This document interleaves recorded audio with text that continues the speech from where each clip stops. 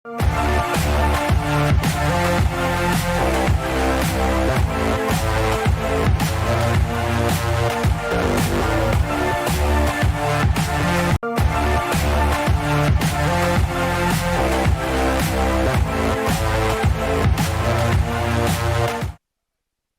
tal? ¿Cómo están? Bienvenidos en este día a este nuevo devocional que vamos a compartir. Devocional es una palabra, es un mensaje corto, breve, algunos lo llaman un pensamiento, una meditación, extraído de la misma palabra de Dios que nos sirve como una cápsula de energía para vivir el día. Es una vitamina, es un nutriente para el alma, para la mente.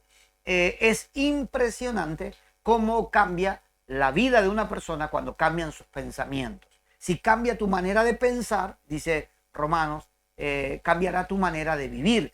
Y nosotros creo que realmente tenemos que cambiar el pensamiento. Venimos arrastrando pensamientos negativos, de muerte, pensamientos de enfermedad, de derrota, y Dios no quiere eso para su pueblo. Quiere que el pensamiento cambie. Lo que vamos a vivir, lo vamos a vivir, pero con un pensamiento nuevo nos tendremos más fuerza, más claridad para poder enfrentar la adversidad. Hoy quiero compartirte con respecto a un momento que vivió el pueblo de Israel crítico, un momento muy difícil, muy duro, de la mano de Moisés, el siervo del Señor que Dios había escogido. Este pueblo de Israel, mientras Moisés subió al monte a orar a Dios y estuvo 40 días en el monte, ellos pensaron, murió porque no era normal. Y de hecho Dios lo había llamado a apartarse de manera sobrenatural. Y estaba Moisés en el monte, en la presencia de Dios, recibiendo la ley, recibiendo una revelación para el pueblo. Pero el pueblo abajo se había desenfrenado. Había hecho becerro de oro, porque ellos dijeron, en verdad, el Pesaj o la Pascua era un becerro que ellos mataron, y gracias a ese becerro todos entendieron, pudieron ser libres de la muerte. Así que hicieron un becerro, pero de oro, y lo adoraron. Tenían la tendencia, la inclinación a la idolatría, al error, a la desobediencia. Y bueno, y ahí estaba Aarón. Y Aarón era un hombre que tenía que haber puesto un freno. Se había quedado como líder para poder conducir al pueblo y parar eso y decir, esto es una locura, nos va a ir muy mal si le damos la espalda a los mandamientos de Dios y hacemos como se nos da la gana. Sabemos que Dios nos dio mandamientos, nos enseñó y nos dijo que no haremos dioses, no nos inclinaremos a ellos. De hecho, nos sacó de una ciudad idólatra para hacer para él un pueblo santo, apartado y consagrado. Así que Él nos dio vida. Sabemos que murieron muchos egipcios para salvarnos a nosotros. Pero si nosotros nos rebelamos contra Dios, va a haber una gran mortandad. Va a haber mucha muerte, va a haber mucha baja, mucha desgracia en nuestro pueblo por causa de nuestro pecado. Porque Dios dice que la paga del pecado es la muerte. Y cuando nos apartamos de Dios en pos del pecado, bueno, entramos a caminar por un valle de sombra y de muerte, en lugares tenebrosos, en lugares peligrosos. Y es entonces donde Él nos llama a la reflexión. Bueno, quiero que veamos en Éxodo, en el capítulo 32, verso 25, donde dice, y viendo Moisés que el pueblo estaba desenfrenado, porque Aarón lo había permitido. Aarón lo había permitido, era una persona permisiva, que ocurrieran cosas, no ponía puntos, no paraba, sino que permitió, para vergüenza entre sus enemigos. Aarón permitió todo ese desenfreno para vergüenza entre sus enemigos. ¿Por qué? Bueno, justamente los enemigos le tenían temor a Israel, porque era un pueblo santo, un pueblo consagrado y poderoso, con una gran autoridad y un respaldo de Dios. Pero cuando el pueblo comenzó a pecar y comenzó a vivir, al último ellos dijeron, bueno, tanto que decían de nosotros y ellos son peores. Y tienen idolatría igual que nosotros, se han embriagado, han hecho fiesta, han estado todas estas noches como celebrando deliberadamente, desenfrenados.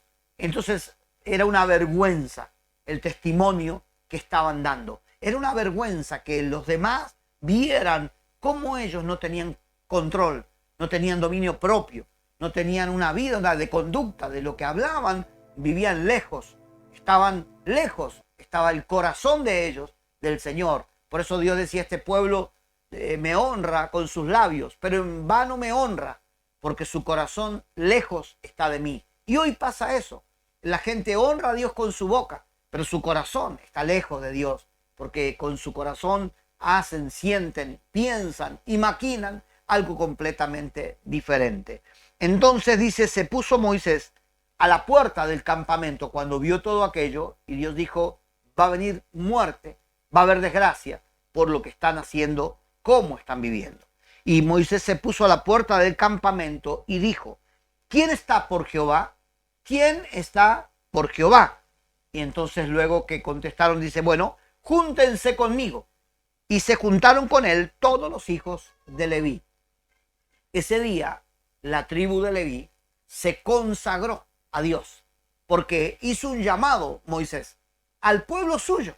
Estaba todo el pueblo, todo Israel, todas las tribus, pero Moisés vio a todos fuera de control y entonces hizo un llamado y dijo, ¿quién está por Jehová? ¿Quién está decidido a servir a Dios? ¿Quién ha consagrado su vida? ¿Quién realmente? No cualquiera. ¿Quién? ¿Quién va a marcar la diferencia? ¿Quién va a acompañar lo que dice con sus obras? Y dice que se le juntó, se le vino con él, le dijo, júntese conmigo. Se levantó la tribu de Leví y se juntaron con Moisés. Ese día, la tribu de Leví tomó una decisión que fue tremendamente importante, porque ese día primero se consagraron como familia sacerdotal. De allí comenzaron a levantarse los levitas que servían al tabernáculo y a las cosas sagradas, que administraban las cosas del Señor porque se habían consagrado, habían pagado un precio, se hicieron una línea y se pusieron aparte. Siempre hay un llamado en la vida. Bueno, el primer llamado, Dios nos llama a salir del mundo, nos llama a separarnos de la vida común que teníamos y ahora ser cristianos. Pero luego hay una línea que Dios dice, hay una línea que cruzar, hay un compromiso que asumir y ese llamado es el llamado al servicio.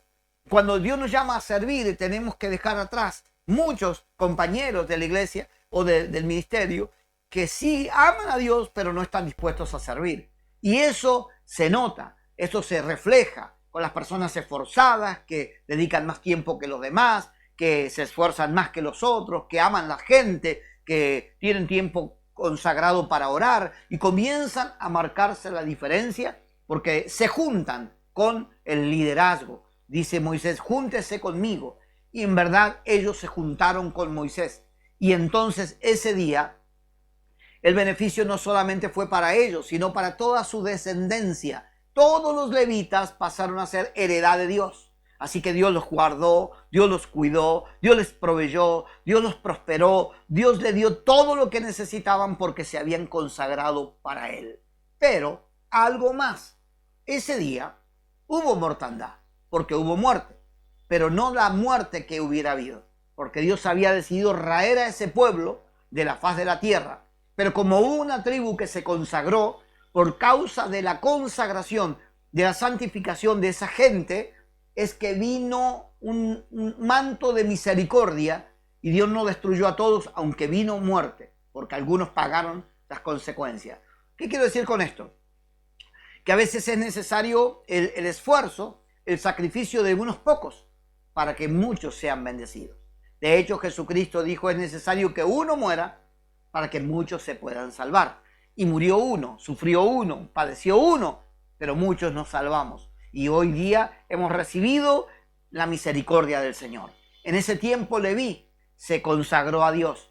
Y por causa de esa tribu, el pueblo continuó en pie, continuó vivo. No murieron porque Dios tuvo misericordia por medio de los levitas. Hoy Dios te llama también. En un mundo que se está perdiendo en la tiniebla, en el pecado, en su propio ego, confundidos por lo que está pasando y donde muchos creyentes se han deslizado y se han enfriado y están viviendo de la misma manera. Pero Dios hoy día llama como llamó ayer. ¿Quién está por Jehová? Júntese conmigo. Júntese conmigo, júntese con su líder, júntese.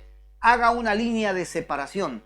La palabra santificado significa separado, consagrado para Dios. Hay una línea que te dice, vos no podés cruzar para allá.